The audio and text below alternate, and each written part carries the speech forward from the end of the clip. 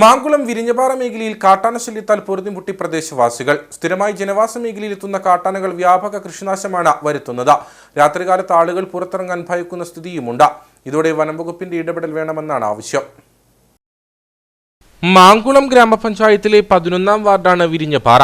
കഴിഞ്ഞ ഏതാനും നാളുകളായി ഇവിടെ കാട്ടാന ശല്യം അതിരൂക്ഷമാണ്. പ്രദേശത്ത് നിരവധിയായ കർഷകർ താമസിച്ചു വരുന്നു. കാടിറങ്ങുന്ന കാട്ടാനകൾ വ്യാപക കൃഷിനാശമാണ് പ്രദേശത്ത് വരുത്തുന്നത്. കൂട്ടമായാണ് കാട്ടാനകൾ ജനവാസ മേഖലയിലേക്ക് എത്തുന്നതെന്നും വീടുകൾക്കരികിൽ വരെ എത്തുന്ന കാട്ടാനകളെ ഭയന്നാണ് തങ്ങൾ കഴിഞ്ഞുകൂടുന്നതെന്നും പ്രദേശവാസിയായ ഷിജു പോൾ പറഞ്ഞു. ശരിക്കും പറഞ്ഞാൽ ഇവിടെ ജീവിക്കാൻ വയ്യാത്തൊരവസ്ഥയിലേക്കാണ് കാര്യങ്ങൾ പൊയ്ക്കൊണ്ടിരിക്കുന്നത്. ഞങ്ങളിവിടെ ഒരു 100ഓളം കുടുംബക്കാർ പരിസര പ്രദേശങ്ങളിലായിട്ട് താമസിക്കുന്നുണ്ട്. ഒരു ദിവസം പോലും ആനയെ പേടിക്കാതെ ഞങ്ങൾക്ക് വീട്ടിലേക്ക് ഇച്ചിരി സന്ധ്യ കഴിഞ്ഞ് പണി കഴിഞ്ഞ് വീട്ടിലേക്ക് വരാൻ പേടിയാവും. ഇപ്പം നടന്നു വരുന്ന വഴിക്ക് ആനയുടെ കാച്ചോട്ടിലേക്കാണ് വരുന്നതെങ്കിൽ ഞങ്ങൾക്ക് എന്ത് ചെയ്യാൻ പറ്റും? അത്ര ഒരു ഉത്തരവാദിത്തമില്ലാത്ത രീതിയിലാണ് ഇവിടെ കാര്യങ്ങൾ നടത്തിക്കൊണ്ടിരിക്കുന്നത്. ഫോറസ്റ്റ് ഡിപ്പാർട്ട്മെൻറ്റിൻ്റെ സോളാർ ഫെൻസിങ് ഉണ്ട് നിലവിൽ. അത് തകരാറിലായി പോയതാണ് ഇപ്പോൾ നിലവിൽ ഞങ്ങൾക്ക് ഇത്ര ആനശല്യം ഉണ്ടാവാൻ കാരണം.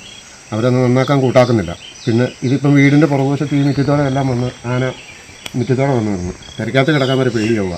വീട് തള്ളുന്ന സ്വഭാവമുള്ള ആനയാണെങ്കിൽ എന്ത് ചെയ്യും? വീട്ടിൽ കിടക്കാൻ പോലും പറ്റാത്ത അവസ്ഥയിലേക്കായി.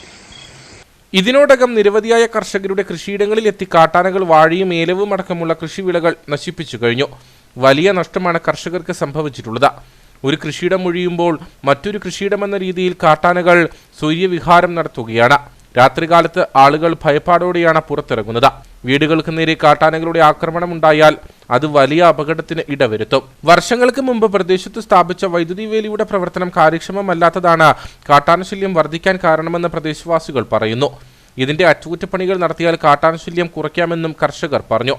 ഉണ്ടായ നഷ്ടങ്ങൾക്ക് അർഹമായ നഷ്ടപരിഹാരം നൽകണമെന്ന ആവശ്യവും കർഷകർ മുമ്പോട്ട് വയ്ക്കുന്നു.